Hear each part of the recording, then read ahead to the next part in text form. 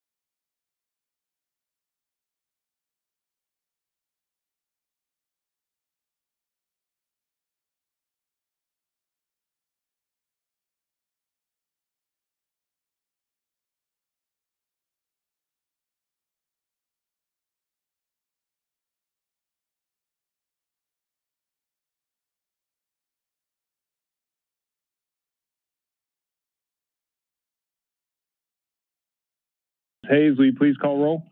Councilwoman Easter Thomas. Councilman Carlisle. Present. Councilwoman Logan. Present. Councilman Ford. Present.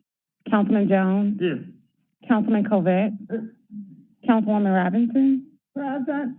Councilman Warren. Present. And Chair Morgan. Here. All right, so we are going to try to do this wrap up again. And before we go to the operating budget, why don't we see if we can't wrap up our CIP budget? And I don't think we need anything printed off for that. So I will look for, if y'all recall, there was a slight amendment, but it was as presented by the administration in regards to MATA Public Works. So can I get a motion for the CIP budget as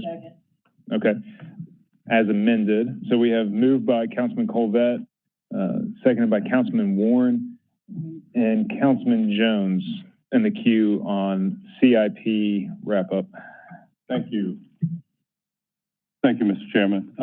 I was trying to find those documents of that presentation for CIP, but my memory serves me correctly. There may have been about $19 million for, I think, asphalt and paving. I would like to amend that and reduce it by $5 million so that we can provide for the monorail $5 million for Mud Island. We are investing through the Memphis, Accelerate Memphis program. There's an allocation for improvements at Mud Island, but we were informed that the monorail is the same monorail that is nearly 39 or 40 years old, and it's not currently right now, it is inoperable. There's a certain amount of funds that we also have on the operating side for asphalt and paving. I think it's State Street, something along those lines. And so I would move that we supplement this reduction in asphalt from the State Street side of it, from the capital, change it, reduce it by $5 million so that we can have the monorail. Okay, and so the motion is to reduce the paving line item by $5 million and to add $5 million to a new line item for the Mud Island monorail. Yes. Okay.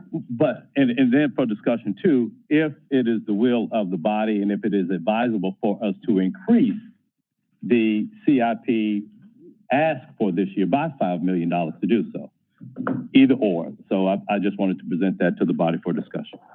Okay. That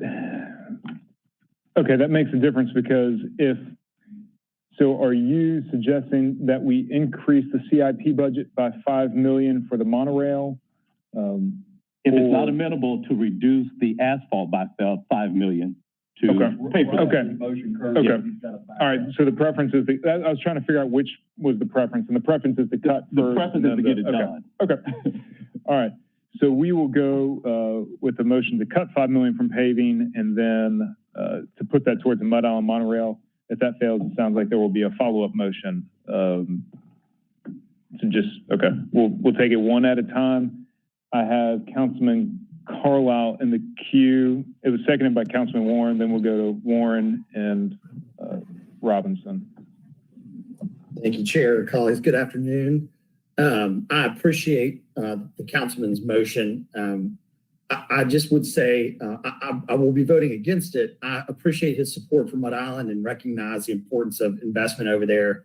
As someone who's served on that board for several years and has been intimately involved with a lot of things down on the riverfront, I'd love to see nothing more than continued capital investment into Mud Island, but I think the timing is not quite right. There are a lot of moving pieces with Mud Island as far as a master plan and the possibilities there. And the monorail may or may not fit into that, into those future plans. But one of the things that I know that is fitting into the future plans that's a priority for the council and for the administration is paving. And so I can't support cutting our paving budget to support the monorail. But I do appreciate Councilman Jones's desire to want to see investment over there. I just don't agree, respectfully, just disagree with this as a method, and also to tell everybody to hang tight on major capital investments of that number for things like the monorail until we have a grander, not grander, but more thought through plan as to what the future of Mud Island would look like. With that, I yield. Okay, thank you. Councilman Warren? Yeah, I just was wondering, some more background from administration on, they said it was going to cost us $5 million to fix this and run it. Did they say it was fixable? Did they recommend we do it? Sort of where are we with the monorail? Is it in the plans for the future? What's the story? Doug McGowan, Chief Operating Officer. So I know during the CFP presentation, I know Mr. Daniels presented the monorail as an unfunded priority. I'll say that I'm getting a little bit of mixed signals from the team across the street about what the priority is for the monorail. I've heard of the MRPP. So was a little surprised to hear it presented during the budget hearing. So I realized that we're making a $4 million investment from Accelerate Memphis over there to do kind of the basics, get the elevators, the escalators, get the amphitheater up. So I understand exactly what Councilman Jones was talking about, getting folks over there. We also approved a $350,000, I think, North Gate kind of entryway approval to make it a little more hospitable when you're coming across that way. So I wasn't expecting the monorail to be that high a priority for them to come this year to ask. That doesn't mean that they haven't changed their mind, but that wasn't something that I had heard them do or heard them bring to us. So obviously paving is important to us, and so it's been challenging to get paving done during COVID, certainly, but we'd like to not see it decrease if we can't help it in the paving. So ideally, administration would like not to decrease the amount of paving that we could do, and would prefer to see a $5 million addition to the CIP budget to have the monorail fixed. If that's, I guess what I'm wondering that'll be the will of the body, Councilman. I'm not suggesting it. We're not advocating for a $5 million fix to the monorail. Okay, so I guess, is there a push coming from the Park Commission or whoever's responsible, the Center City Commission or that downtown River Commission that's doing this? Are they the ones that are asking us to fix the monorail? No. Well, if I could speak to that as the maker of the motion. Mr. Warren, the monorail pretty much has been inoperable or in a state of disrepair in the 6 years that I've been on the council. And so I'm just of the opinion, unless we make it a priority, it will not be a priority. We do have other priorities, but I'm saying that we can walk and chew gum at the same time. This is not a conversation that I've had with Memphis River Parks Partnership. This is just seeing, knowing I was a kid when Mud Island was built. And if we are investing over there, I think it's an operation of futility for us to be investing the money over there and not have the major mode of transportation from folks on Front Street to get over to Mud Island, not have it operable. So that's where this is coming from. Last year, I would have presented it last year, but for COVID, just seeing things a little bit different. We see light at the end of the tunnel. Sales tax revenue seems to be a little bit more favorable. That's why I'm making it now. And do we know if we provide them with these funds, will they have the ability to make it work? Do we know, have we talked to people that say, you give us some money and we can make this happen? Well, this is based, so the price tag comes from the presentation that was presented during CFP budget. It was not an ask of MRPP. They presented it. It's, like I said, it's been inoperable for a while. As the prerogative of as a council member, that's why I'm bringing it before the body, and it's just the will of the body.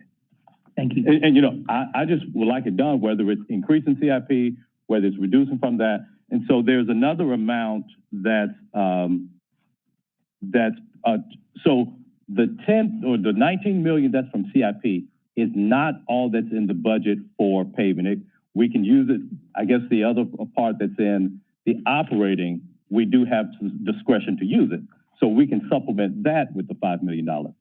$5 million. We could go to operating and reduce that by $5 million to pay for it. So I'm just saying it's more feasible because this is something that we expect to last 10 or 20 years that's why we would do it in capital as opposed to operating. Thank you. I yield back, Mr. Chair. Thanks. If it's immediate follow-up, Chairman Colvett, if not, we've got other members in the queue. Other members in the queue, Okay. please. Councilman Robinson? Thank you. Can someone tell us what's over at Mud Island that people need to get to 24/7? What's over there? Staff, you all know? Councilman Jones? Well, 24/7 or just in general? I doubt if it's, none of our parks, to my knowledge, are open 24/7. But from the standpoint, I've seen people, the Downtown Memphis Commission, they had a youth event last summer. They've had movies at Mud Island. So part of their inability to have programming over there could be the major mode of transportation is inoperable. Okay, so can we still drive over the bridge to get there? Yes. Well, what you're saying is that there's no public transportation over there. What I'm saying is that if somebody, a visitor from, we know to go over the A.W. Willis Bridge to get there, but someone who may be visiting from out of town may not necessarily know that that's a route to get over there as well. Okay. So my question for us today is that as I drive through the city of Memphis, our streets are deplorable. Potholes are everywhere. I would hate to take money from that budget. I would hope, Shirley, that we could use some of our dollars from the federal government to do what Councilman Jones, but I don't see that as a priority at this point, because at the centers where we have visitors coming to our community, we could tell them you can drive over there, or you can catch this bus to get over there, or you can call whoever you need to call so you can get over there until we can get to that plan. But I believe the citizens of Memphis would much rather not tear up their tires and their cars in these potholes and spend as much as we can on repairing roads. And that is my humble opinion. Mm-hmm. Thank you. Councilwoman Logan? Thank you, Chair. I appreciate that. And I do agree with Councilman Jones that we need to fix any assets that we have just sitting around broken. I don't think that's the narrative we want to have as a city in general, especially downtown at our front door. So if that needs to be done, if that's a part of the expansion or the renovation moving forward to have that light rail there, then I think it should be fixed or removed, but not just sitting there broken for years. However, I do not want to see anything taken from paving. I wish we could add more to it, because I agree with my colleague, Councilman Robinson, that our streets are horrible, and we really need to find more money. So I am not in support of taking money, but I do think that we should find ways to fix any asset that's been sitting broken for that long of a period of time. I yield back, Chair. Thank you. Chairman Colvett? Thank you very much. If there's no other council members, I'd assume we go to a vote, because I'm kind of sensing the will of the body here. If it fails and we go to increasing CIP, then I'd like to also engage, but let it reflect, potholes are a huge problem with this city. Our streets, I think you're accurate in saying that they are deplorable. When we came on the council 5 years ago, it was, I think, a 40-year lifespan. We've now gotten that number whittled down a little bit. So pulling money from asphalt is, I would think, you can't do it. Asphalt is a priority. That being said, I'm gonna go ahead and call the question. Let's vote on this one. Okay. Thank you very much. And the motion is to reduce the asphalt paving cover line by $5 million and create a new cover line for the Mud Island tram repair. And we will do a roll call vote on this motion. Can I give a few first? The question was called before any other members were in the queue. If you can keep it to the point quick, because I think the discussion. Okay. And real quick. Okay, because I think the discussion is probably going to continue again on the value of the tram after this vote. But go ahead. Okay. So what I'm trying to figure out is, and I do believe that we the folks in the city of Memphis want amenities that they can use. But, you know, I'm going to talk about Sam a little bit today. He tweeted something along the lines of, you know, he lost all 4 of his tires in the past few years to the fact that our city streets are in a bad way. So I was trying to figure out, is there a way that we could, I think we can do it. I think is there a way that we can address both the monorail as well as leaving the paving budget it is. And I will defer to the more senior members on this body. But I just want to know if this is possible. That sounds like it is the second motion that Councilman Jones referenced in terms of other funding sources. For now, we're going to go ahead and take a vote on this motion, which is a funding source from the asphalt paving cover line. Ms. Hayes, will you please call a roll call vote on this? Councilman Carlisle? No. Councilwoman Easter Thomas? Chair, just to be clear, you did say that it was a second motion as well, and this is just the first one pertaining to the asphalt cover line. I can't speak from Councilman Jones, but that seems to be what he indicated. Okay, my vote will be no. Councilwoman Logan? No. Councilman Smiley? No, ma'am. Councilwoman Johnson? No. Councilman Ford? No. Councilman Jones? Aye. Councilwoman Robinson? No. Councilman Warren? No. Councilman Colvett? No. And Chair Morgan? No. Okay, that motion does fail. Councilman Jones, do you want to make another motion? Yeah. But before I do, I have a question of the administration. I'm looking at general services, city hall improvement. Can somebody elaborate what those improvements are? Because we have something that's used by city administration versus the entire general public, same amount. So I'm just wanting to get an idea of what these improvements are. Yes, thank you, Councilman. This begins the envelope improvements. As you know, we have fences out there to guard from the marble that's falling off the outside of the building, which presents a hazard. So this gets us started with the north and the west side of the building, as well as the eastern fascia of the building, so that we can take the fences down.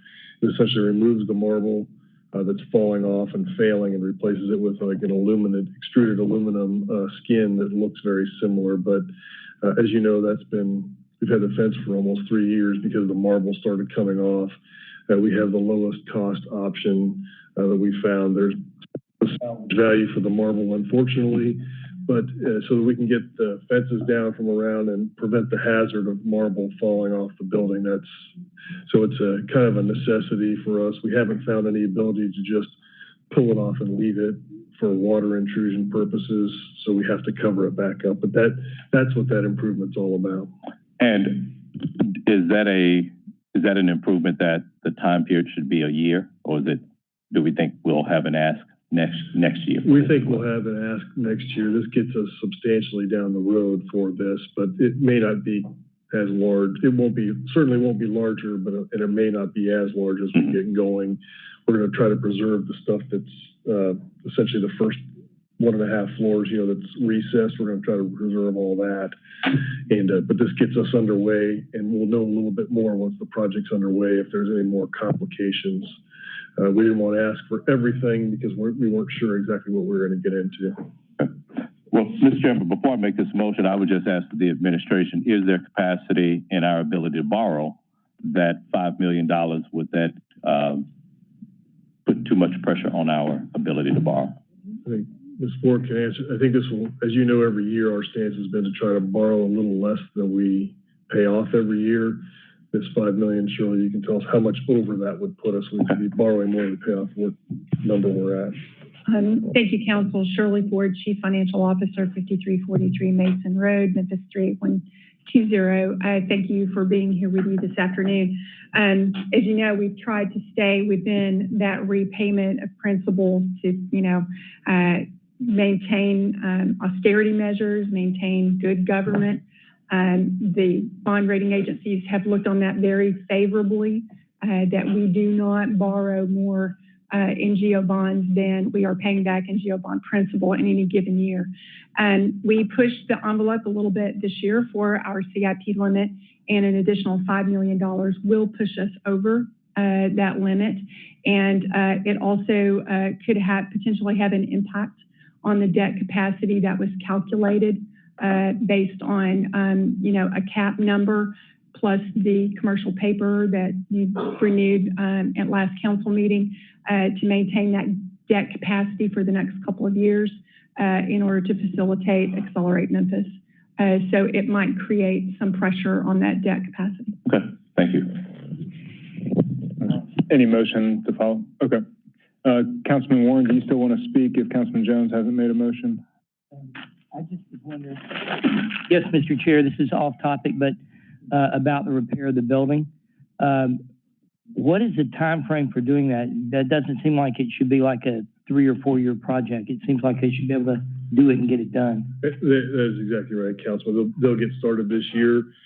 We had estimates, $15, $20 million to do this at the beginning. So we had multiple bidders come in. They'll begin in earnest this year with the removal of the marble. So it shouldn't take multiple years to get done.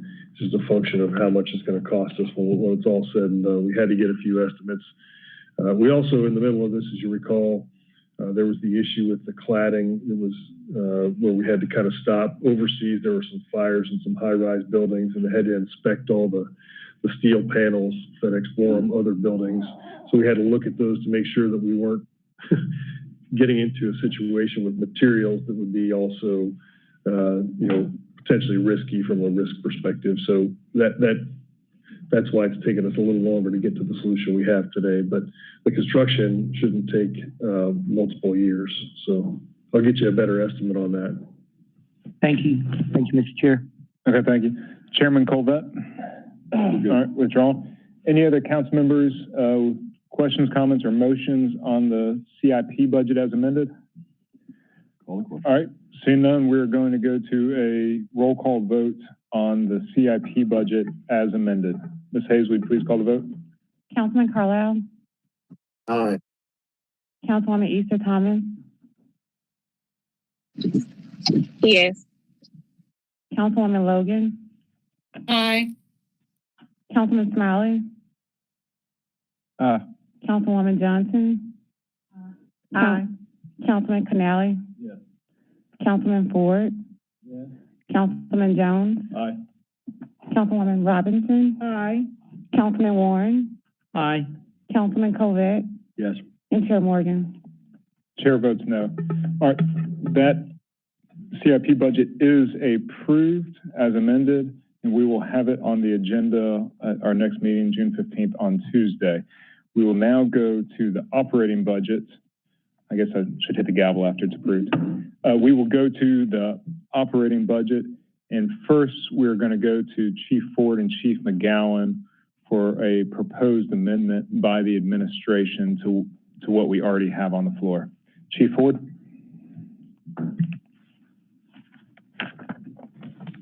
Good afternoon, Chair Morgan and council members of the committee as a whole for this budget wrap up. Thank you for the opportunity to be here with you this afternoon. The couple of things I want to do today, one is just update you a little bit on the status of the American Rescue Plan funding evaluation and the impact that evaluation has on the budget under your consideration. As you know, the American Rescue Plan Act of 2021, or ARPA as we call it, was signed into law on March 11th, 2021. And as a result of this passage, the city of Memphis was slated to receive approximately $161 million in federal funding. And on May 24th, we received the first tranche of that amount in the amount of $80,530,745. So in determining and evaluating the budget impact of the ARPA funding, we've had several discussions about this. The challenge has been for the impact on this particular budget around the calculation of the revenue replacement in accordance with the guidelines as currently provided by the U.S. Treasury under the interim final rule. And as with previous COVID relief packages, as you are all very familiar with, our CARES Act initiatives last year. We are anticipating that the implementation will be an extensive process as newer updated guidance and FAQs are developed and released by the U.S. Treasury. Two items that I will be emailing you as soon as we have our conversation today. We received yesterday on June 7th from the Government Finance Officers Association recommended spending guidance. And today at approximately 12:47, we did receive some updated FAQs from the Treasury that are hot off the press. So I will be sharing those with you. But as such, given some of the complexities around there, we are recommending that Council move forward with the approval of the FY22 budget as it has been presented to you, as you have approved through the budget hearings and committee hearings through that process, those that have been amended, with the exception of the following. Next slide, please.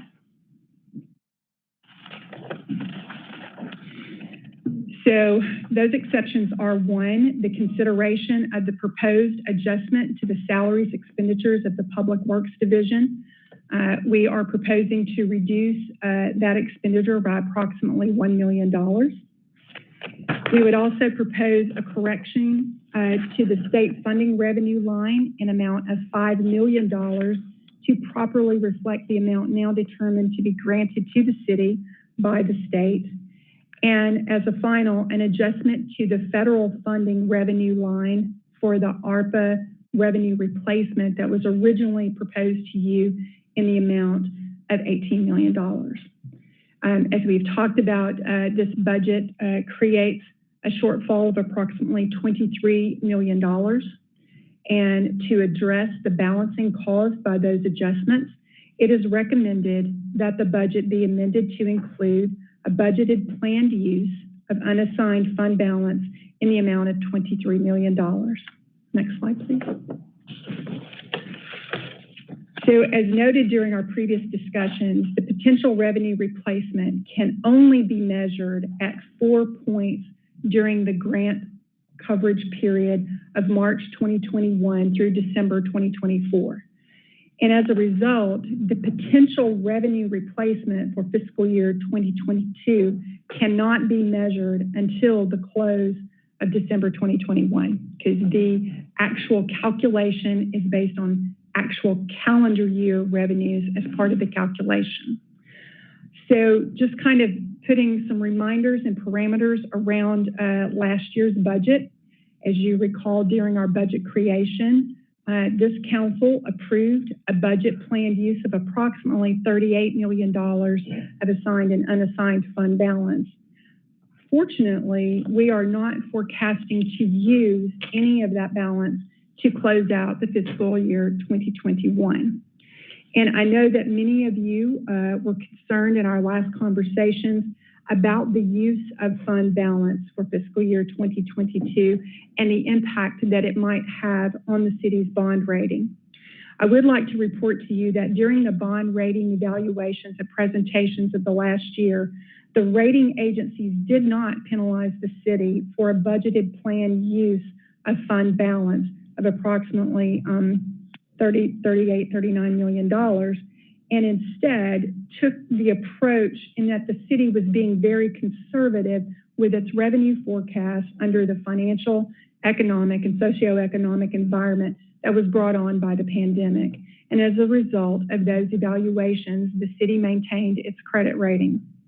I will also share with you that during the most recent ratings, and one of them a call as of yesterday, in a rating review and the pricing call for the debt structure that we have brought before this council and has been approved, the refunding of an old debt, the renewal of the commercial paper program supporting the GEO bond debt, and the issuance of debt for Liberty Park and Accelerate Memphis project, the rating agencies have been very complimentary that the city is not forecasting any use of fund balance during FY21.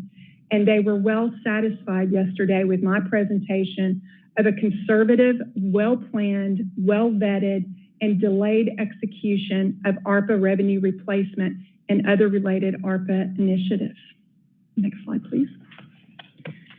Again, as I said, on June 7th, which was yesterday, the government finance officers issued their recommended guiding principles for ARPA spending. And I'll just spend just a moment here. The Government Finance Officers Association is the association that rules and guides the financial reporting for the city of Memphis, both for its annual comprehensive report and for its budget. So those guidelines that were shared with us yesterday, which I will forward to you, kind of indicate that same delayed execution, or at least at a minimum, a very thoughtful process where the city is deciding in a very thought out and well-planned manner how to execute the ARPA funding. As you know, for many jurisdictions, the funding provided under ARPA is substantial, and it could be transformational for states and local governments, especially in their pandemic rescue and recovery efforts. You, as the elected leaders, will need to decide how best to use the additional funding consistent with the ARPA requirements and to ensure the long-term value of investments and financial stability. The GFOA is recommending that local jurisdictions should be cognizant of state-level ARPA efforts, especially regarding infrastructure, which is, as you know, one of the big components of the approved spending. They want us to be cognizant of potential enhancements of state funding sources related to these initiatives and existing or new state law requirements around these initiatives. We should also, it is recommended that we should also consider regional initiatives, including partnering with other ARPA recipients, as it is possible that there are many beneficiaries of ARPA funding within our community. And they recommend that we understand what they are planning as well and augment their efforts, kind of alternatively creating cooperative spending plans that will ultimately enhance the structural financial condition of our community. And some of these guidance that they have kind of highlighted here, it's a 4-page report, but these are just some of the highlights, that these funds are non-recurring. So they should be primarily applied to non-recurring expenditures, avoid, creating new programs or add-ons to existing programs that require ongoing financial commitment. We should also take time and careful consideration, and that is a direct quote from their recommendations, that adequate time should be taken to carefully consider all alternatives for the prudent use of the ARPA funding prior to committing those resources to ensure the best use of the temporary funding. And whenever possible, expenditures related to ARPA funding should be spread over the qualifying period to enhance our budgetary and financial stability. Next slide, please. So as to ARPA funding right now, the only expenditures we are requesting at this time is the premium pay for the general employees, and that is the non-police and fire that we presented to you, in an amount not to exceed $5,000 per employee and payable over 2 time periods. We are asking for an adjustment to that. Originally, it was going to be June and December, but given the late date of our budget hearings, we're requesting a July, the first pay period in July, and again in December of 2021. We still maintain that the estimate of that premium pay will be approximately $16 million. And as such, I will be bringing that resolution before you at the next council meeting next week for your consideration and approval.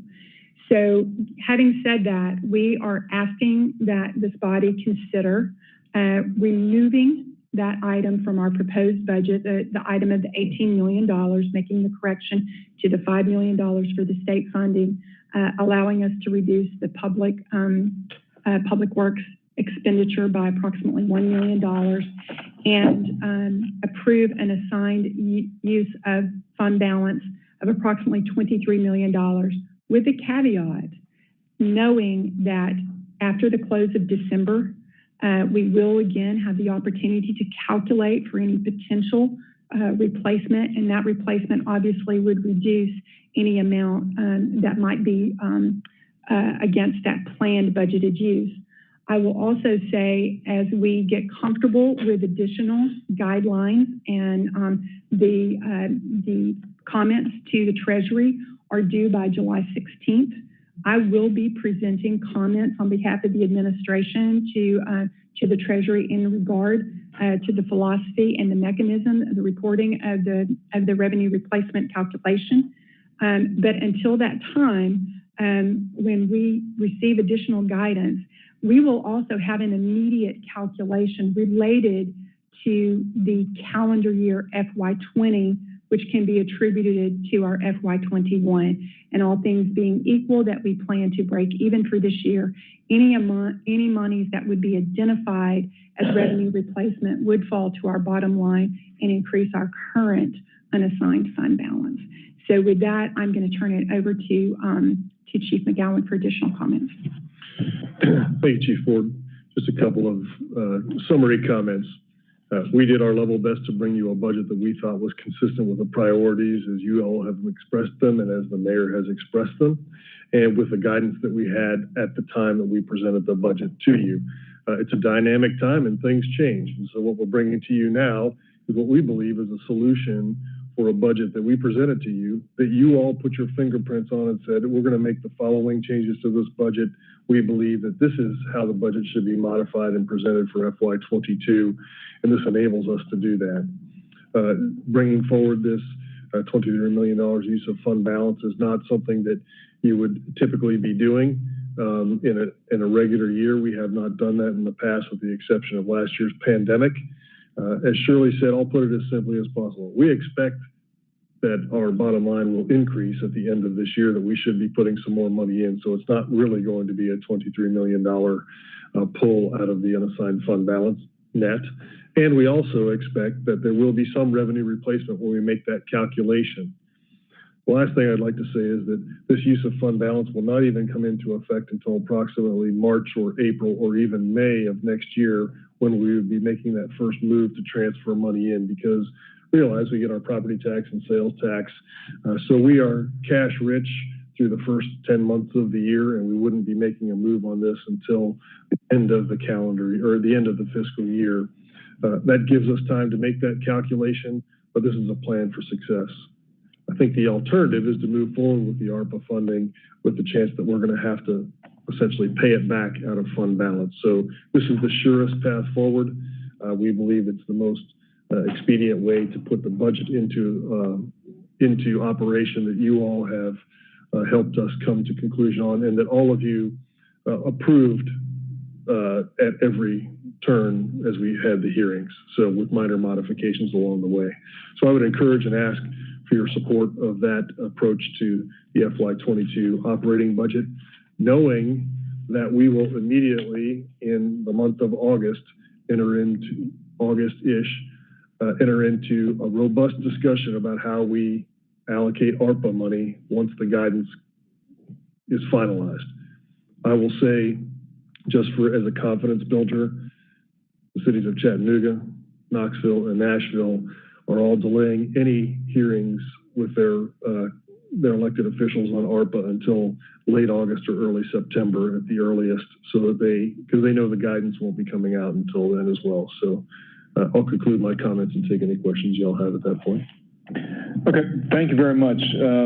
First things first, can I get a motion on it's going to be on the proposed budget and then as amended, reflected on page 3, including the new amendments offered by the administration today? Still moved by Councilman Smiley, second by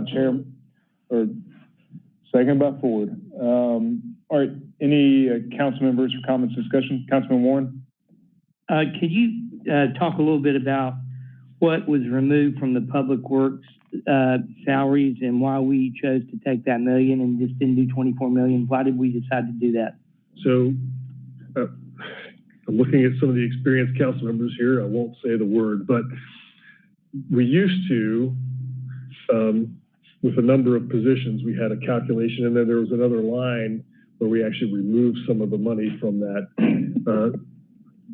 We did the first part, but we failed to do the second part of this budget. What we should present to you in the personnel line is, here's how much money I need to pay for the people that I'm going to have this year. That line was $1 million more than it should have been. So we went back to look at Public Works.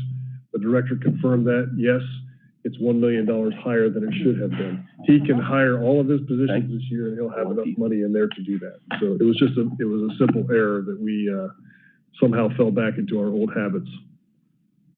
Okay, thank you very much. Okay. Thank you. Councilman Jones? Thank you. Colleagues, I've asked Ms. Hayes to present this presentation here. From last year's budget book, I have extracted, first page please. I've extracted what our tax rate has been since 2000. When we look at a total tax rate, that tax rate is divided among several buckets. The largest allocation and what is most discussed is the general fund for the city of Memphis.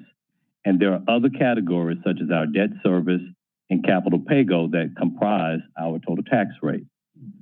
It is from this that we pay for the expenses of providing services to the citizens of Memphis, including but not limited to police, fire, transportation, neighborhoods, and parks. From its level in 2000, the proportion of the total tax rate that goes into the general fund peaked in the 2014 fiscal year and has declined since then.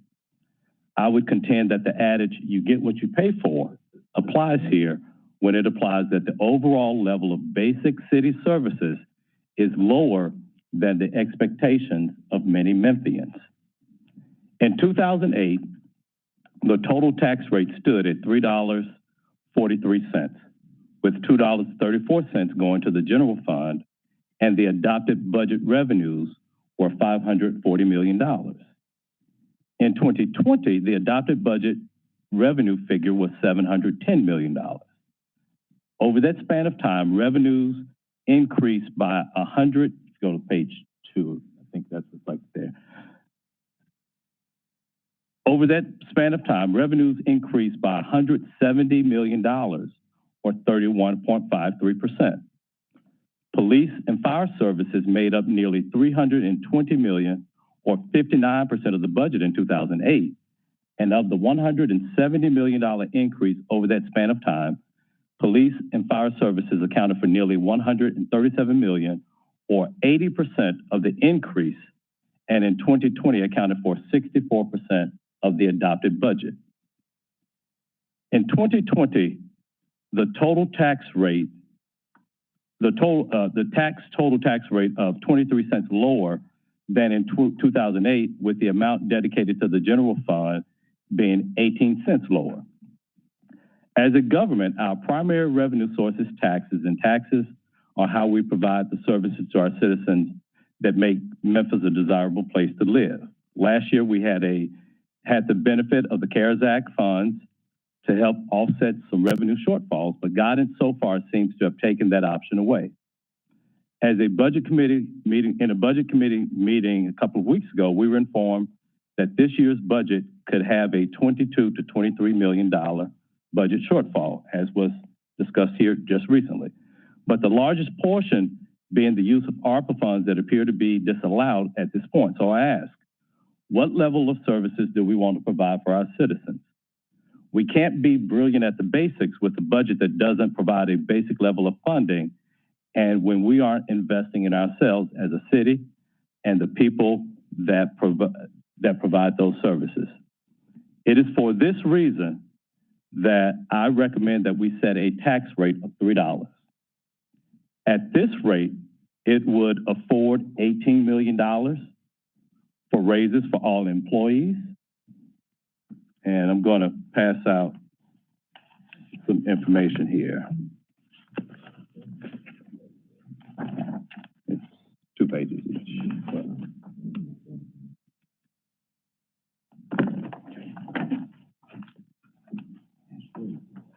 At this rate, it could afford the $18 million for raises for all employees. It would provide $10 million for MATA, $4 million for the Affordable Housing Trust Fund, $4 million to set up an Opportunity Youth Workforce Fund.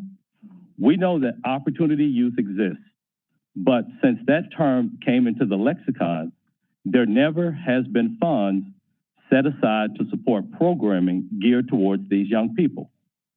If we properly address this demographic, we directly address our crime issue. Interest rates will not remain this low forever.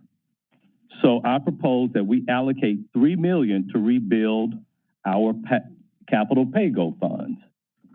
This is like a savings account for capital projects. When we approve our CIP budget, we borrow funds from those projects. For those projects, it's favorable to borrow the funds via bond issues when interest rates are low, as they are now. But it's prudent to build up this fund for when interest rates aren't so low. That leaves $1.6 million. At this rate, we don't have to dip into fund balance to balance the budget. If you go to the last slide, please. I prepared a slide that gives an estimate of what impact this will have on someone's property taxes at varying home values. For a home that was valued at $60,000 last year, but because of appraisals, that home is now worth $73,800. That property owner would have an increase of $74.10 per year. That amounts to $6.08 per month. Someone who had a home valued at $100,000 in 2020, that's now valued at approximately $123,000. It would be $123.50 per year, or $10.29 per month. A home that is valued at $250,000 in 2020 is now valued at $307,500. It would have an increase of $308.76 per year, or a difference of $25 per month. So in this instance, even for a home at $250,000, that would amount to less than $1 per day for us to provide the basic services for our citizens. And with that, Mr. Chairman, I so move. Okay, we have a motion by Councilman Jones to increase the tax rate by 29 cents. By 29 cents, yes. 10%. Okay, I got it. That's a different number. 270 divided by $3, is that not 10%? No. 27 cents would be 10% on 270. It's a little bit above. Yeah. And then for that additional funding to be spent as allocated by this sheet. Yes, $18 million, which would cover 3% for raises for all employees, $10 million for MATA, $4 million for an affordable to go to the Affordable Housing Trust Fund, $4 million to set up what's called an Opportunity Youth Workforce Fund, $3 million for capital pay-go, and that leaves $1.6 million remaining. Okay. So first,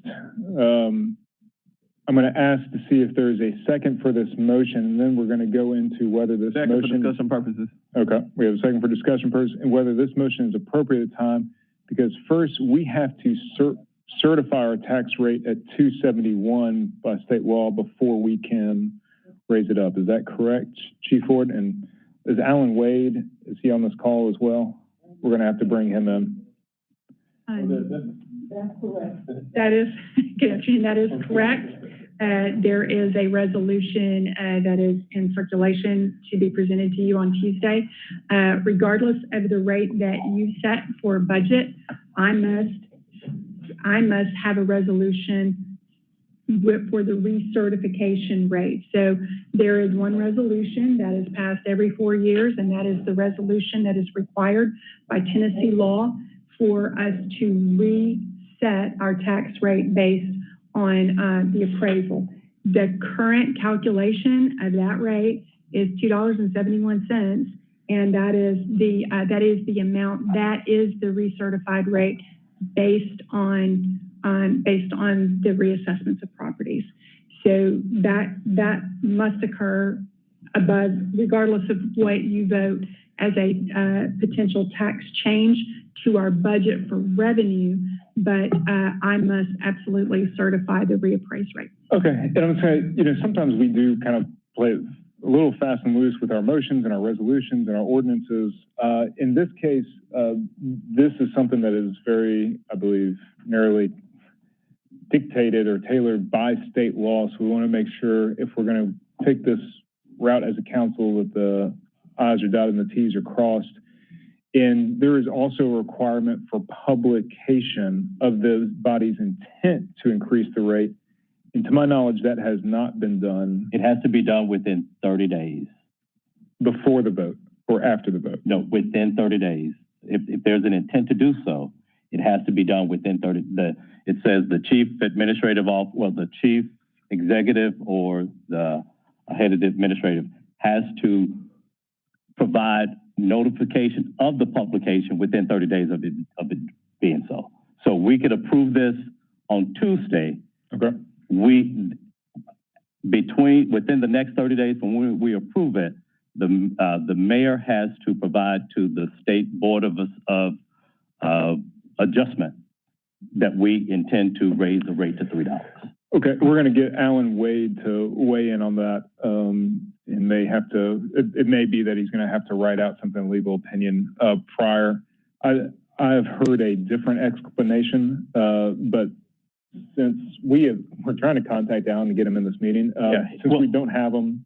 Well, he provided me, and I apologize that I didn't have, he actually gave me a copy of TCA that talked about it. And because if you think about it, colleagues, Shelby County Commission right now, we're talking about doing something at their meeting that just took place about raising the tax rate. And so in doing so, the publication would have just been, it talks about making the publication in a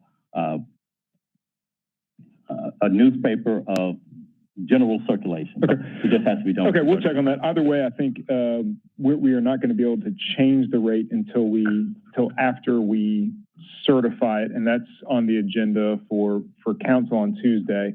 And we have a placeholder ordinance that we are then going to have to amend in the certified number, and then it will be open to being changed if what you're stating is correct. So I think for today, let's go ahead and have some discussion around this proposal. We will not take a vote that will amend the budget in any way, but let's go ahead and have a discussion around it, and then we will, the will of the body, we can have a vote on what motion is on the floor, which was the proposed amendment, proposed budget with the amendments from page 3. We can hold that, we can have that vote, or we can make no recommendation and wait until this. Okay. For my first question, because I think it's going to be a lot of discussion, is of the $40 million that 29 cents would raise, and then spending again that $40 million, wouldn't we, I think the state comptroller, if we're going to have 40 million in new revenue, state comptroller is going to make us,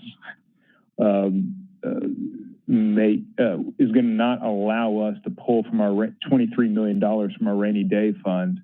So the first $23 million, 142,000 is going to go, that is going to take up the first of the new revenue, rather than these expenditures that we see here. But 18 of that is for raises. So it's pretty much an offset here. Because we're looking at what was proposed in the original budget was $18 million, was $14 million that would have covered raises for everybody. The raises 2% for police, 3% for fire is currently in the motion on the floor. Are you saying this is an additional 3% for all employees, or a total of 3% for all employees? This is a total of 3% for all employees. Okay, I don't think that would total 18 million. I'm going to have to go to Chief Ford on that. We're going to go to council members in the queue, and then we'll come back to some of that. So first we're going to go to Councilman Ford, then Warren.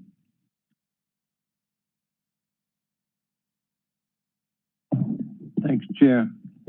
I think the county went up 1 cent. Am I correct, Edmund? He's here today. Just 1 cent. 1 cent would not do too bad. Let me just say this too. I understand where you're coming from, Mr. Jones, but you know, I live here in the city. And we end up going up city taxes. And not only me, everybody that lives in the city of Memphis. We don't only pay city tax, we pay county tax. So everything that you're doing, you can double it for anybody that live in the city. It would benefit someone living in the county that's only paying one tax. But to me, you know, a lot of people in my area, they can't pay. $6 mean a lot to them. Okay? You're looking at $74. $74 is a lot of money to some people, especially at this particular time. You know, so, you know, no matter what, I'd have to vote against it. I appreciate you. Thank you. What was that? Thank you. Okay. Councilman Warren? Yes, you know, as we're trying to figure out what to do with these ARPA funds, it was my understanding that, you know, our tax hike that we actually had that went to firefighters and policemen, you know, for retirement, that adversely affected our ability to use ARPA because it gave us extra money coming in. And I'm wondering what would be the effect of a tax increase now on our ability to use these federal funds next year and the year after. And if we're really wanting to do something like this, then maybe the next campaign we campaign to do it and get elected to raise taxes. So I'm just wondering, what do we do about this as far as ARPA? What's the negative effect on that? And then just, I guess, you know, let's run and let people know that's what we want to do until we can get reelected. So yes, Councilman, that's a very good question. As we talked about in the ARPA revenue replacement, that is based on a calendar year of actual revenues under the current guidance. Assuming that that doesn't change for the calculation, you would then have for the year 2021, 6 months of additional revenue from the increased property tax rate that would have to be taken into consideration for the revenue replacement calculation. So you would have that additional money that would reduce any potential opportunity, dollar for dollar, of those amounts that could be used for ARPA replacement funding. Thank you, Mr. Chair. I yield back. Thank you, Councilman Colvett. Thank you. I haven't looked in a long time, Chief Ford. Are any of our neighbor peer cities tax rates, when you include their city and their county burden, are any of our neighbors higher tax rates than us? When you say neighbors? Say like Germantown. You throw in Germantown taxes and county taxes, are they higher than Memphis? No, sir. Bartlett? No, sir. Collierville? No, sir. Arlington? No, sir. Lakeland? No, sir. Any other county or city that you know of in West Tennessee? No, sir. All right, just checking. All right, also, and Chief Ford, we haven't talked about this also in a long time. Do I understand, okay, we're setting our tax rate, and of course residential, I get that part. Our corporate tax rate, property tax rates double? Yeah, it's like they're seeing it 20% on residential, and corporate tax rates are seeing it 40%, is that correct? 25 to 40. 25 to 40%. Okay, so basically we're raising it on all property, and the corporations, the businesses obviously pay a healthier share, a bigger share. Okay.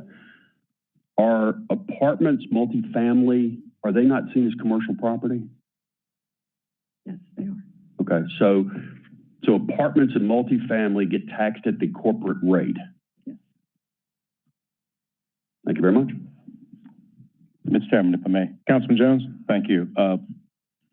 Memphis has a median home value last year of $96,000. Arlington had median home value of $266, Bartlett $216, Collierville $334, Germantown $334, Lakeland $286, Millington $137. So just based upon the median value, we collect less than all other municipalities for the average or the median value of a home in that community versus everybody else. So they can have, if we take Germantown, for instance, they could cut their tax rate in half and still generate more money than we do here in Memphis. So it's not, you're not looking at apples to apples when you just throw out there what other communities are doing without taking into consideration what their values are. So what we're saying in response to that, though, is that we're going to raise taxes on these lower houses and somehow bring all these values up. No. We're just Because going to raise taxes. along those lines, to do that, we would have to double out 319 to 640, and I'm not saying that. Mm-hmm. So what I'm saying is that we just have it less of a tax decrease than we normally would. This is not a tax increase because we have to, based upon the assessed values, if we kept the rate at 319, we have to go out and publish that. But if we kept it at 319, where it is right now, we would generate more revenue. But to avoid that, because property values are 23% higher. But we have to declare that we're going to have a rate that's greater than what that lower tax rate would be. And so, we have one source of revenue, colleagues. If we talk about taking care of police and fire like everybody claims to do, we have to have the revenue to do so. If I admonished us last year when we took money, when we filled the hole for MATA, that we were going to have to pay the piper at some point. Pull the tape. I said this a year ago.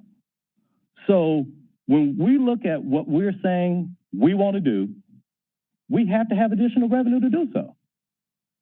Employee raises, MATA, affordable housing. These are, I'm open to the discussion of what we call an opportunity youth employment fund. So unless we are going to play Powerball, I don't know how we're going to come up with additional revenue. Raising taxes on anyone like 10%, especially on the lower income and lower housing, is painful because it costs money, and they're going to ask us, what do they get for it?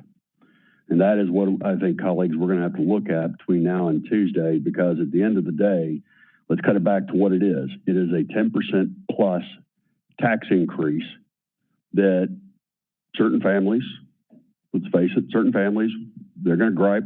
They could probably try to absorb it. But I'm very concerned that our lower income, middle class, are going to bear the brunt of it because they have much less disposable dollars. Now, we can go back and forth on this ad nauseum. We obviously have differences in philosophies, but I'll leave it there. I'd like to hear more of what my colleagues are thinking. Thank you, Councilman Carlisle. Thank you, Mr. Chairman. I appreciate Councilman Jones's research and homework and bringing this forward. This is certainly something that I think a lot of us, at least I have, struggled with on what to do about whether or not to increase the taxes from the potential certified rate of 271. And I think I'll come back. I think where I'm at is the timing's just not right. And I know there's a lot of people saying there isn't a better time, but we've arrived at this moment where values have increased, one, from the macro environment, but two, from all of the things that we've done as a city government and as a community, business and grassroots, to make Memphis a more attractive place to be in a more competitive working environment. For the first time that I can recall, we are within $1 of Germantown's tax rate. I mean, we are within striking distance of being as competitive with a better and more affordable housing stock To Councilman Jones's point, the way that I see that you grow it, it may be tax revenue, but there's sales tax and property tax.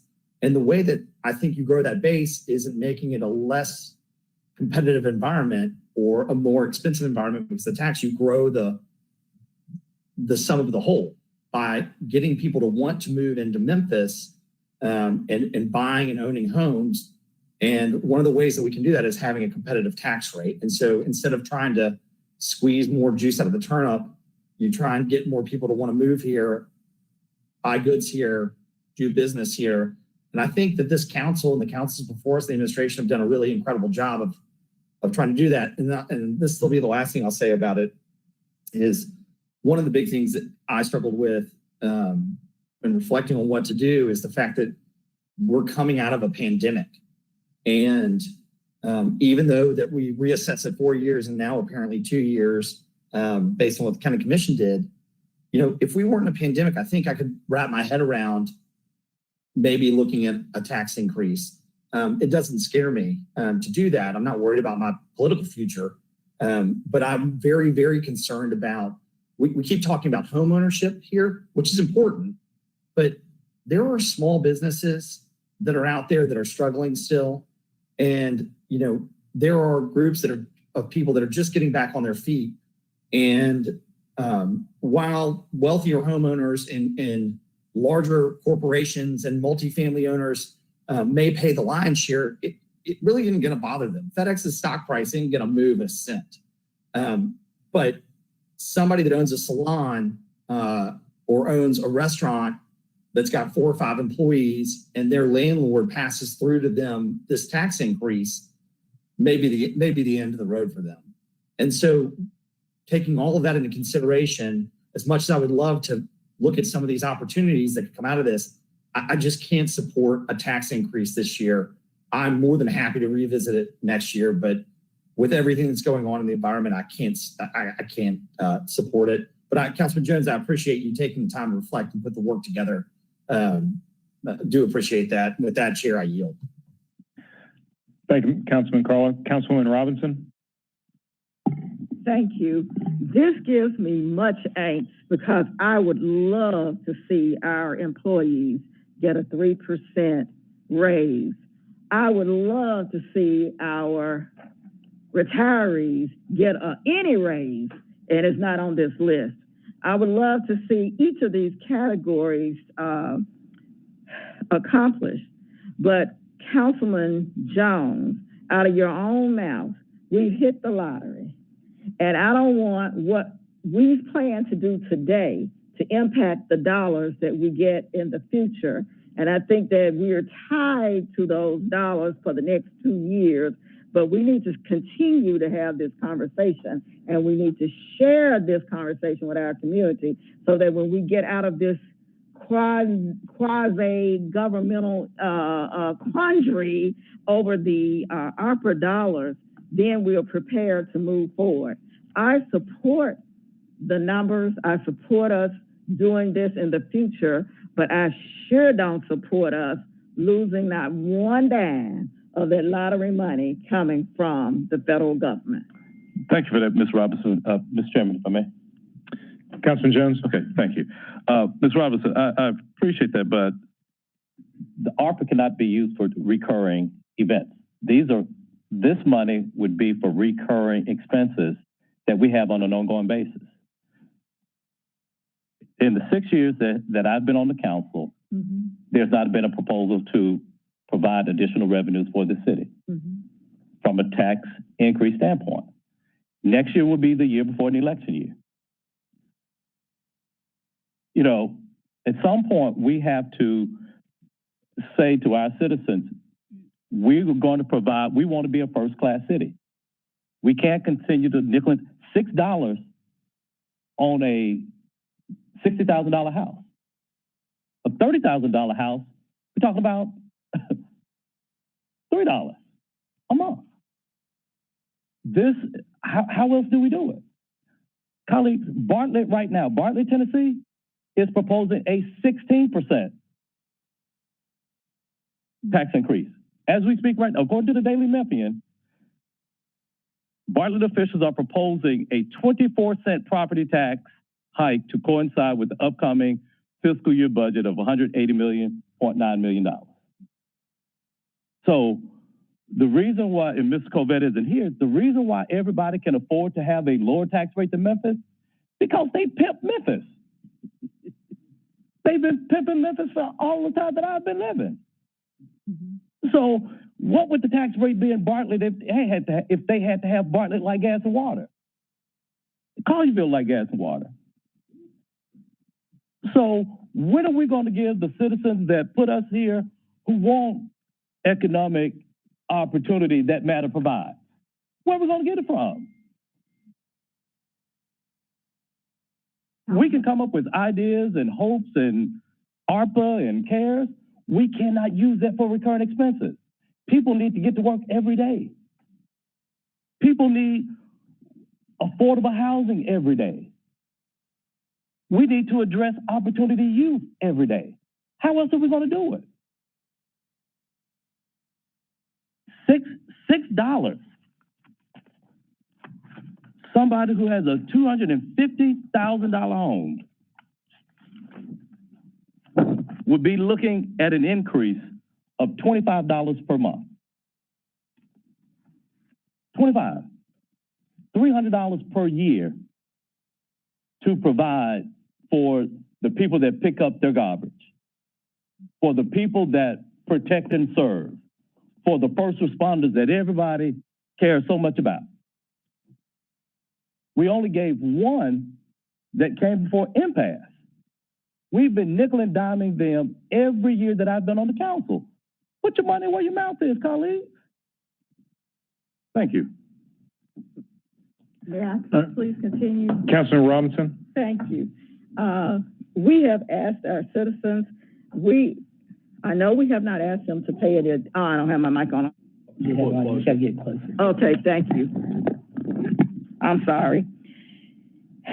I know that we have not increased our taxes, and I know that at some point we're going to have that conversation. We did not predict that we would have a pandemic, so that did put a little damper on what I'd like to see us do moving forward. But these are the things that we have done and we've been progressive on. We've increased every rate for each of the utilities at MLDW, electric, gas, and water. We have increased our solid waste fees, and the citizens have not seen the end result of the money of the rate increases. They see the work going on, but they haven't seen the completion of that. They haven't seen us improve our solid waste yet. And we have increased, based on the last election, the police and fire with that 0.5% sales tax. So they have seen increases. We are making some movement forward, and I would like to see us do a lot more. And $6 doesn't seem like a lot to a Patrice Robinson, but for the people that I represent, it is overwhelming. And because of the pandemic and the issues that we have currently, I believe that we need to look at this very carefully, that we not stop this conversation, that we're going in the right direction, but we find a good medium and move forward as we see our circumstances change, as we see results from the infrastructure, as we see our solid waste fees doing what they should be doing, and as we see our community changing in a positive direction. And I think we are going in a positive direction. I would love to do this now, but because of the pandemic, because of the ARPA dollars, I just don't think this is the right time. Thank you. Okay. Councilwoman Johnson? Thank you, Chair. I totally agree with Chairwoman Robinson and her comments. I too believe that we need to make some major changes, as Councilman Jones has recommended. But due to the economy that we're living in right now, I don't think it's the right time. It's difficult right now to really establish where everyone is in the system. We have landlords who saying that they didn't get their mortgage payment. We have individuals looking for homes, and they're telling us that they're having to pay ridiculous rates like $1,300, $1,400, $1,500 a month for 2 bedrooms.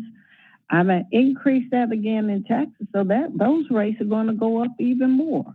I just think we're in a dilemma where we'll have to stop for a minute and look around and try to be realistic about what's taking place. If we can stay financially stable in the situation we're in with the recommended budget without an increase, I think we definitely need to just hold for a second. Also, looking at these numbers, I'm not certain if you've actually looked at just Memphis to determine the percentage of increase that the last reappraisal may have actually prevailed on. A lot of people did not only receive 23, they received 30%, 50%, 60%, almost 100% increase. So the taxes that's being proposed just on your chart may not be completely adequate until you do a complete analysis of all the appraisals that was submitted for the city of Memphis. So I think we need to be cautious about that as well.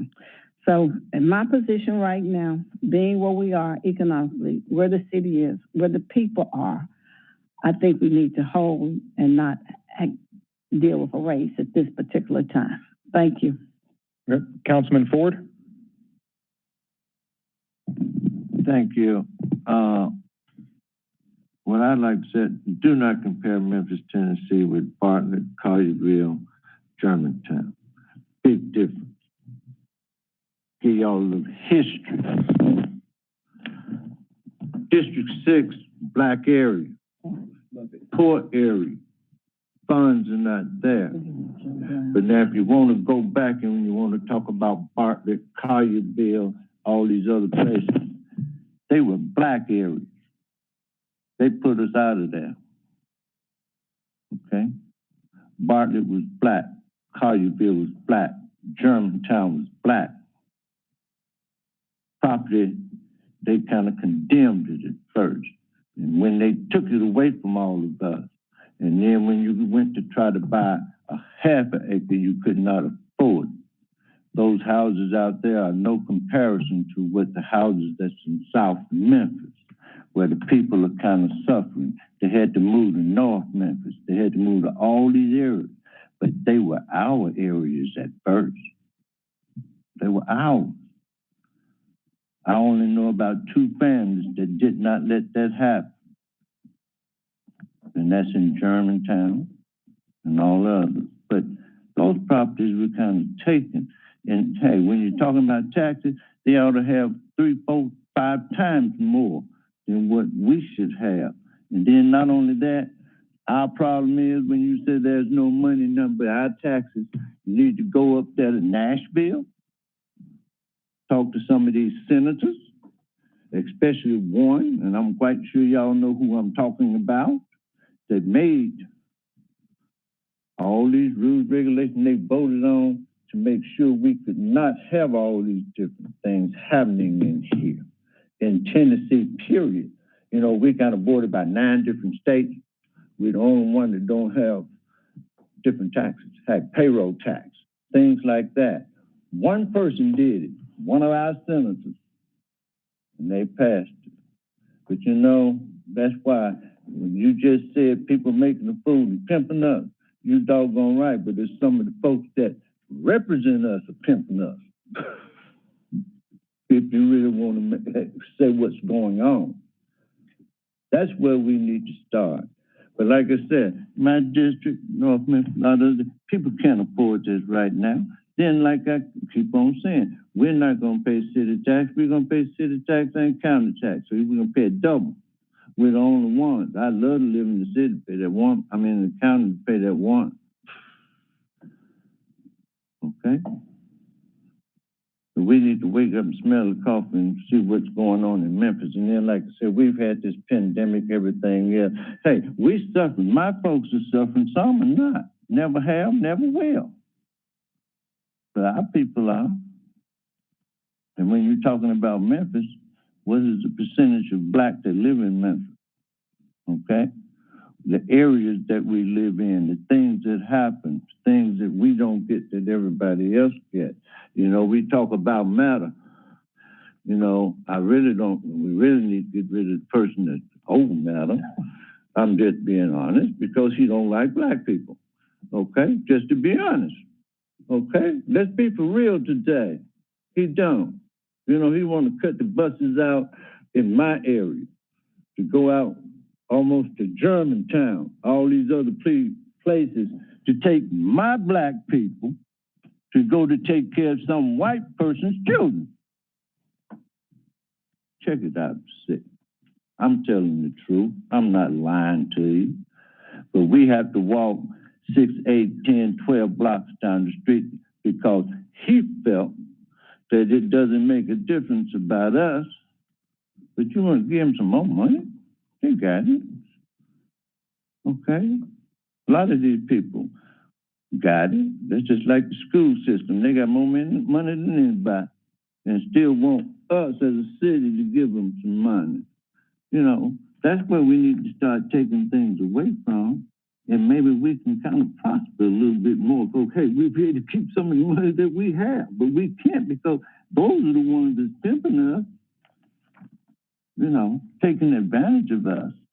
But like I said, let's go back into history and see what's going on. And like I said, we can't afford no more money coming out of other people's pockets. Because like I said, $6 is a lot of money to some people. $6 is a lot of money.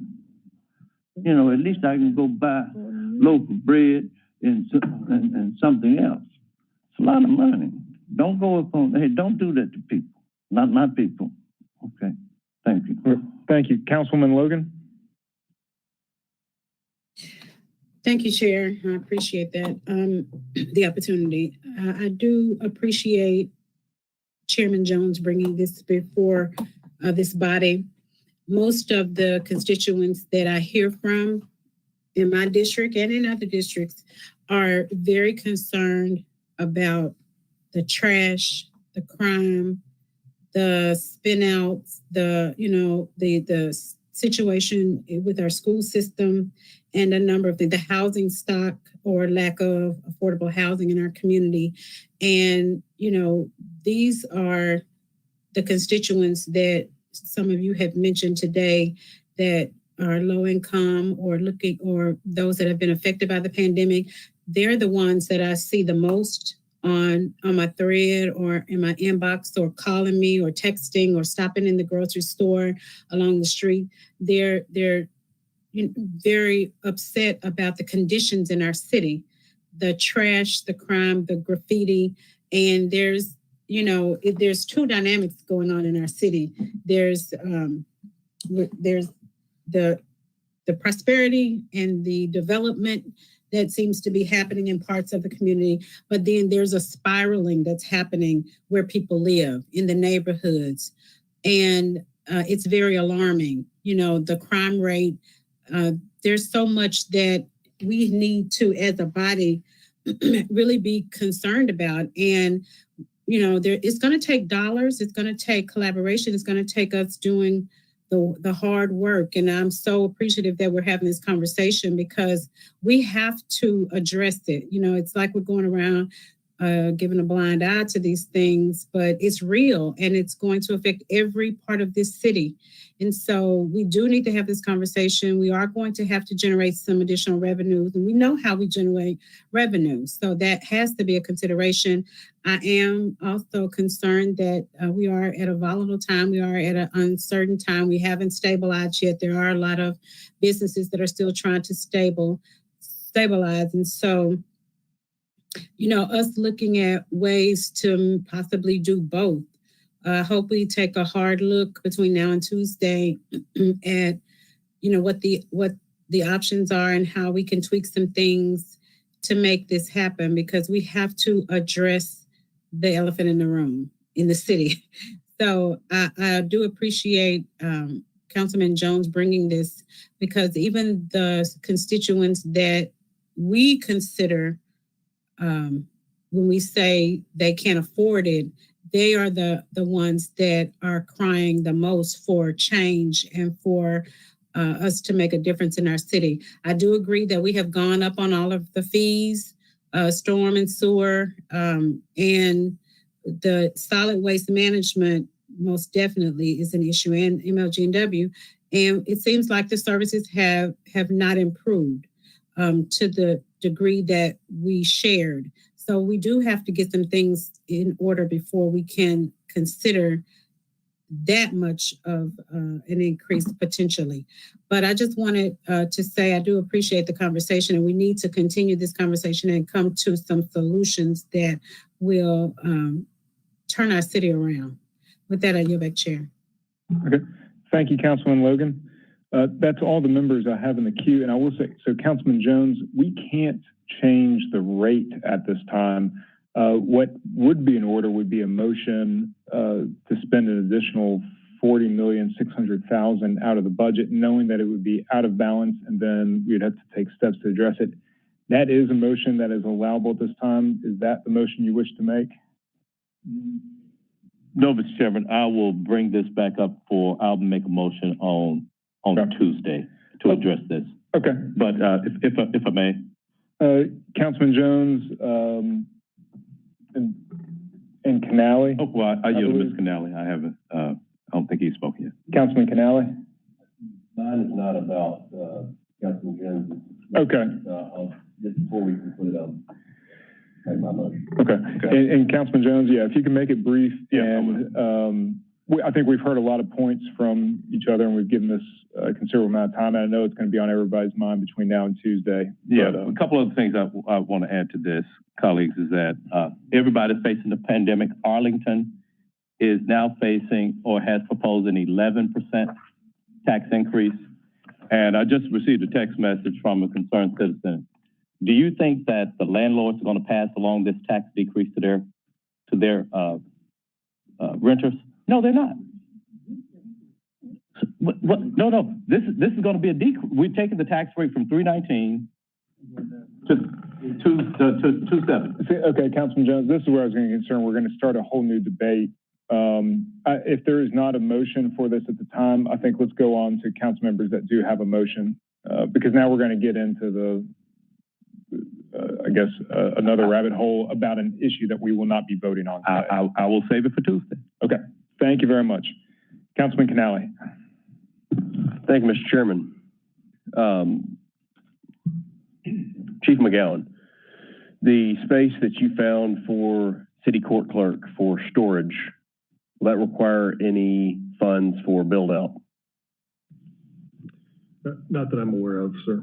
All right, colleagues, I'd like to move that the $40,000 and change that city court clerk was going to use to rent space for their records be moved into the MLK 50 fund for driver's license reinstatement. Second.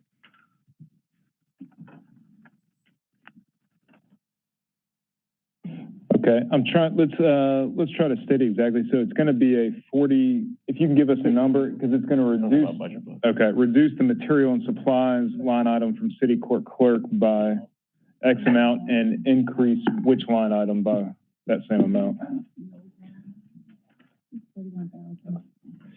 Susan? You want to look?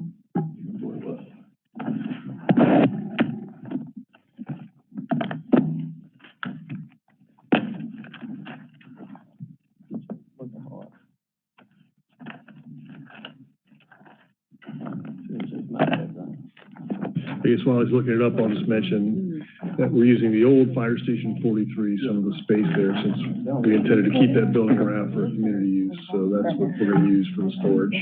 Okay. New Fire Station 43 will be for fire services. That vacant fire station will be used for some storage. Okay. So Councilman Canale, I have it as $41,124. Yes. Okay. And so your motion is to remove that from the materials and supplies of city court clerk and to move it where? Do we still have the MLK 50 fund, Chief, that we put $600,000 in 2018?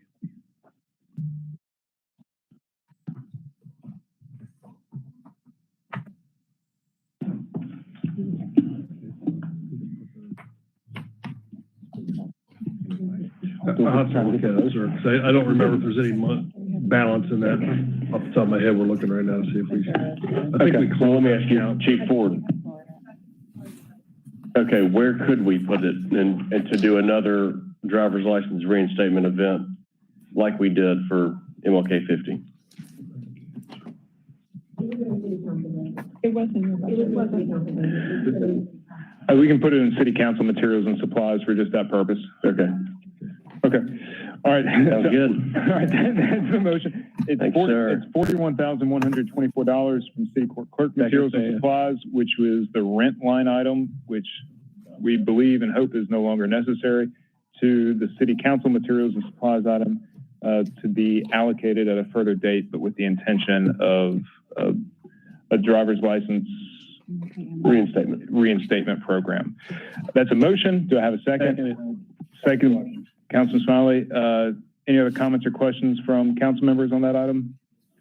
All right. Another motion, Mr. Chairman. We'll go to a voice vote. All those in favor signify by saying aye. Aye. All those opposed, Lieutenant Chair, the ayes have it. Budget is amended to reflect such change. Councilman Canale, you have another motion to make? Yes, sir.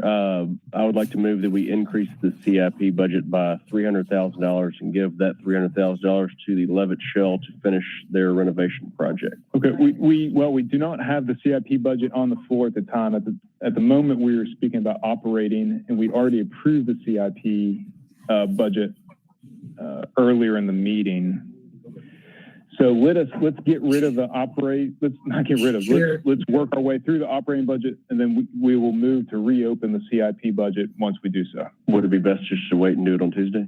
No, I think we can take care of it real quick. It's not logistically, it's not very difficult to do that. Okay. Thank you, Chairman. Okay.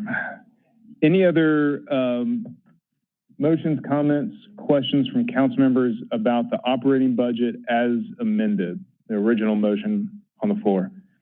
All right, seeing none, I assume you all ready to move to a vote on the operating budget as amended. And Ms. Hayes, will you please call roll on the... Councilman Carlisle, Abstain. Councilwoman Logan, Aye. Councilman Smiley,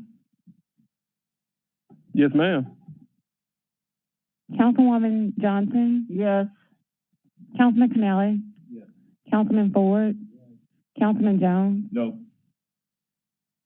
Councilwoman Robinson. Aye. Councilman Warren. Aye. Councilwoman Easter Thomas. Yes. Councilman Covett. Yes. And Chair Morgan. No. So it was a vote of 9 to 2 to 1, that one being an abstention.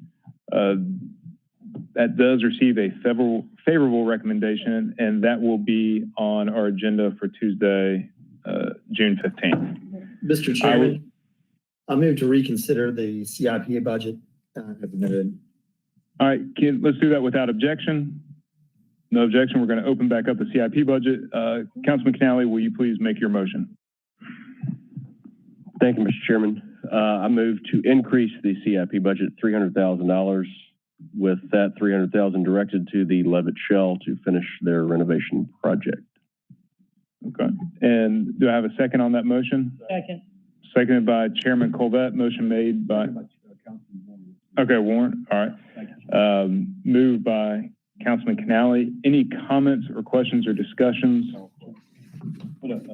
Okay. Well, Councilman Jones. So I know there's a difference between 5 million and 300,000. So what's the breaking point as far as what would overextend our borrowing capacity?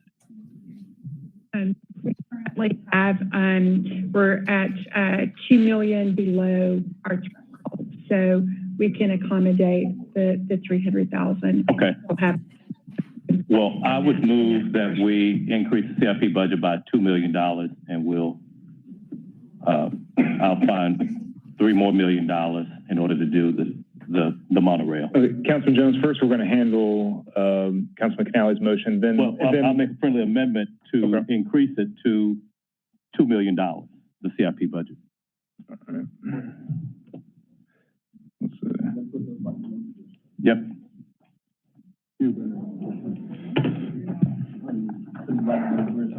Well, I asked the question, how much? Yeah, $2 million, yes. We have $2 million worth of wiggle room in the CIP borrowing margin. And, okay, so that would take it to $90,797,900. And when y'all said 2 million, y'all meant 2 million? Okay. Yes. Well, let's, first to Councilman Canale, is that a friendly amendment? Yes, sir. Okay. Councilman Johnson. Okay, my question is, with the amendment, are we saying that additional 1.7 must be used for the monorail? No. No, at this As long moment. as there's no condition. No. At this moment, it would be unallocated. Right. Okay. Over. Okay, so we have a motion that will increase the capital improvement budget by $2 million. And we will also, and within that motion is also a line item for $300,000 to the Levitt Shell for maintenance.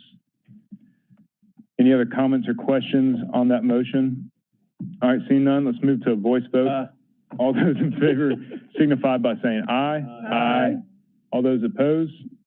All right, opinion of the chair, the ayes have it. Now we are going to have to take one more roll call vote on the CIP budget as amended. So unless there are any other motions in the CIP, we're going to do it all again one more time. Ms. Hayes, please call roll on the CIP budget as amended. Councilman Carlisle. Aye. Councilwoman Logan. Aye. Councilman Smiley. Yes, ma'am. Councilman Jones. Aye. Councilwoman Johnson. Yes. Councilman Canale. Yes. Councilman Ford. Councilwoman Robinson. Aye. Councilman Warren. Aye. Councilwoman Easter Thomas. Yes. Councilman Colbert. Yes. And Chair Morgan. Chair votes no, so a count of 11-1, that receives a favorable recommendation. Any other business before the budget committee today? All right, there's still 1.7 million unallocated in the CIP budget. I imagine everybody's minds are swimming with possible uses. Let's come ready with our ideas and counter ideas by Tuesday. See no other business.